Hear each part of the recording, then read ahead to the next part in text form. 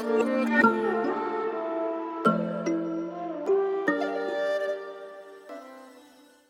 Everyone, welcome back to my channel. आज हम लोग बात करेंगे एक बहुत ही हॉट टॉपिक की जो इस वक्त इंडिया में बहुत लोग डिस्कस कर रहे हैं, क्रिप्टो करेंसी और स्टॉक मार्केट। अब जैसे कि कोरोना की वजह से बहुत सारे लोग घर में हैं, उनका काम नहीं हो पा रहा है, अब पैसों की दिक्कत होती है, तो ऐसे में इंसान हर जगह हाथ पैर मारता है। तो बहुत सारे लोग स्टॉक मार्केट और क्रिप्टो में पैसा इन्वेस्ट करने के बारे में सोच रहे हैं। तो आज की इस वीडियो से मैं आपकी थोड़ी सी हेल्प करना चाहती हूँ। ये आप देख सकते हैं अपनी हॉरोस्कोप में, अपनी कुंडली में, कि क्या आपको फायदा होगा क्रिप्टो से, होगा तो कितना होगा, कौन से हाउसेस, कौन से प्लैनेट्स हमको अपने हॉरोस्कोप में देखने चाहिए क्रिप्टो या स्टॉक मार्केट में इन्वेस्ट करने से पहले। और जो चीज़ें मैं बताऊंगी उनसे हम 75% तक प्रिडिक्शन कर सकते हैं कि आपको फायदा होगा या नहीं होगा। बाकी का जो 25% होता है वो हर एक की कुंडली में, हर एक के हॉरोस्कोप में कुछ छोटी छोटी चीज़ें होती हैं जो सबकी कुंडली में अलग होती हैं।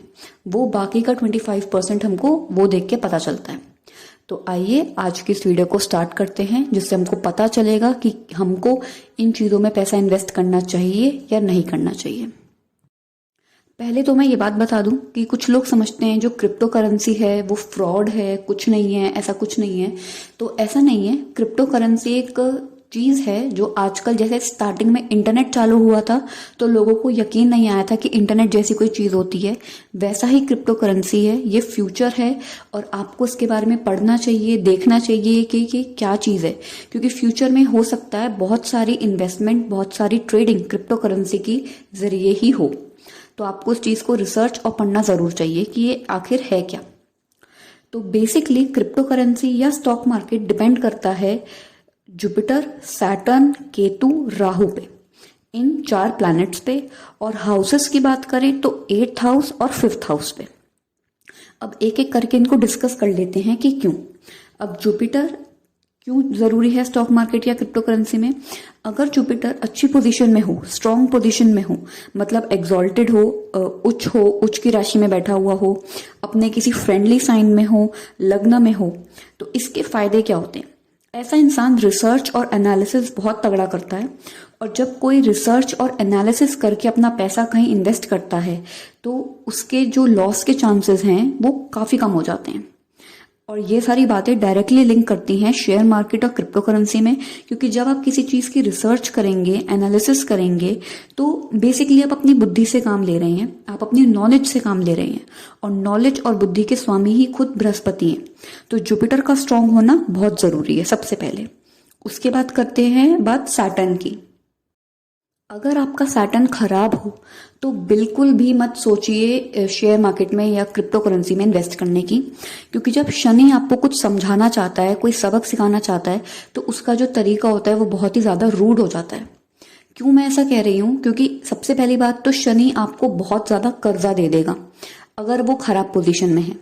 खराब पोजीशन के भी कुछ लेवल्स होते हैं। जब बहुत ही खराब पोजीशन में हो तब का मैं बता रही हूँ, तब वो कर्जा कर देता है बहुत ज़्यादा। पहले वो आपको शेयर मार्केट या क्रिप्टो में बहुत फायदा देगा, मुनाफा देगा, प्रॉफिट देगा। उसके बाद आपको उसकी लत लगवाएगा। कोई भी आपको कुछ भी समझाएगा, आप सामने वाले की बात नहीं समझेंगे और आप बस अपना पैसा फेंकने की सोचते रहेंगे पूरा दिन। तो लत लग जाएगी। उसके बाद आपका होगा, उसके बाद बहुत तगड़ा लॉस, और फिर आपको समझ में आएगा कि हाँ मैंने गलती कर दी। तो ये तरीका है शनि का कुछ भी सिखाने का। पहला छोटा सा फायदा होगा, उसके बाद आपको लत लगेगी और फिर हो जाएगा लॉस। और सिर्फ बुरा नहीं, अगर शनि अच्छा है तो फायदा क्या होगा। आप एक तो आपका हिसाब किताब बहुत तगड़ा होगा, आपका फाइनेंस बहुत तगड़ा होगा, आपको कोई धोखा नहीं दे सकता। अगर आप किसी कंपनी के अंदर इन्वेस्ट करेंगे तो उस कंपनी का डूबना मुश्किल है, वो कंपनी ऊपर ही चढ़ेगी अगर आपका शनि स्ट्रांग है तो। और जो ऐसा जिनका शनि बहुत ज़्यादा स्ट्रांग होता है, नुकसान बेसिकली उनके दुश्मनों का होता है, उनके ओपोनेंट्स का होता है। उनका खुद का पैसा नहीं डूबता और धीरे धीरे करके वो अपनी फाइनेंशियल पोजीशन बहुत स्ट्रांग कर लेते हैं। अब तीसरे नंबर पे बात करते हैं केतु की। केतु का अच्छा होना क्यों ज़रूरी है। अगर केतु किसी की पोजीशन कुंडली में अच्छा हो, अच्छी पोजीशन में हो, तो उस इंसान के दिमाग में काफ़ी बैलेंस होता है। उस इंसान के मन में कभी भी लालच नहीं आएगा। लालच को साइड में रख के वो अपनी सारी ट्रेडिंग करता है।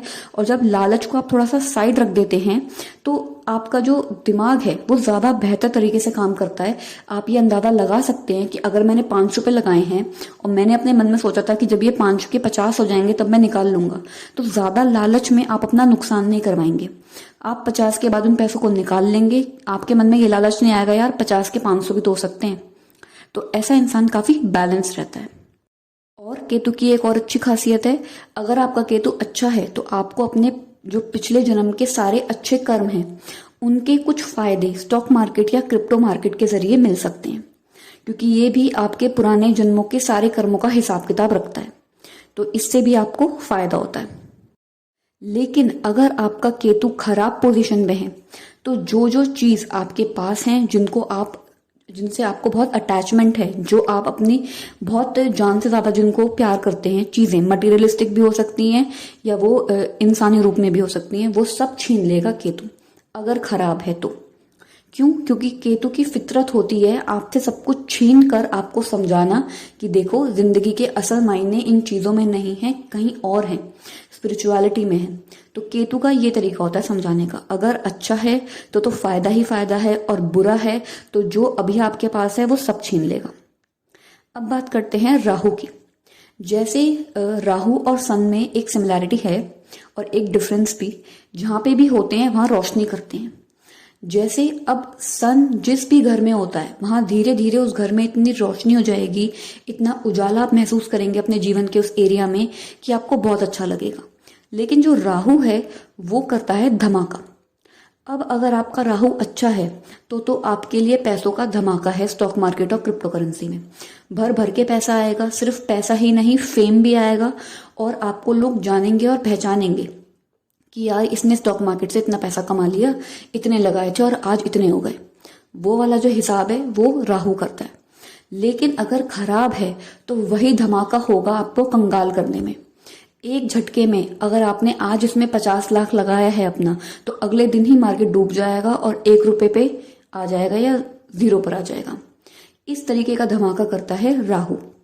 तो अगर राहु अच्छा है तो आपको शेयर मार्केट की तरफ जरूर देखना चाहिए, क्योंकि एकदम सडन चेंजेस जो होते हैं वो राहु करवाता है। एकदम सडनली पैसा मिल जाएगा, लॉटरी लग जाना, सडनली पैसा मिल जाना, ये सारी चीजें राहु और 8th हाउस की होती हैं। तो इस चीज का भी ध्यान रखना है। अब बात करते हैं हाउसेस की। शेयर मार्केट या क्रिप्टो करेंसी में इन्वेस्टमेंट के लिए हम सबसे पहले देखते हैं 8th हाउस और 5th हाउस। 5th हाउस इसलिए क्योंकि ये स्पेकुलेटिव बिजनेस का हाउस है। हम ट्रेडिंग कर सकते हैं, अच्छी नहीं कर सकते, फायदा होगा नुकसान होगा, ये सारी चीजें हमको 5th हाउस बताता है। और 8th हाउस ये बताता है किसी इंसान की कुंडली में एकदम से उतार चढ़ाव कितने ज्यादा हैं। तो एकदम से पैसा आ जाना, पैसा एकदम से चला जाना, ये सारी चीजें 8th हाउस की हैं। इंसान के ऊपर कर्जा हो जाना, ठीक है, तो इस चीज के लिए हम 8th हाउस को देखते हैं। 8th हाउस का अच्छी पोजीशन में होना बहुत जरूरी है। और अगर ये अच्छी पोजीशन में है तो इंसान किसी भी चीज की गहराई में उतर के रिसर्च करता है और उसके बाद डिसीजन लेता है। तो 8th हाउस का भी बहुत ज्यादा जरूरी है देखना स्टॉक मार्केट या क्रिप्टो करेंसी में। तो आई होप आपको थोड़ा बहुत आइडिया मिल गया होगा क्रिप्टो करेंसी और शेयर मार्केट में इन्वेस्टमेंट और अपनी कुंडली का एनालिसिस में। और बाकी जानकारी के लिए आप डिस्क्रिप्शन में देख सकते हैं कि कांटेक्ट करके आप इन्फॉर्मेशन कैसे ले सकते हैं और कंसल्टेंसी कैसे कर सकते हैं। आई होप आपको वीडियो पसंद आया होगा। Please like and subscribe to my channel.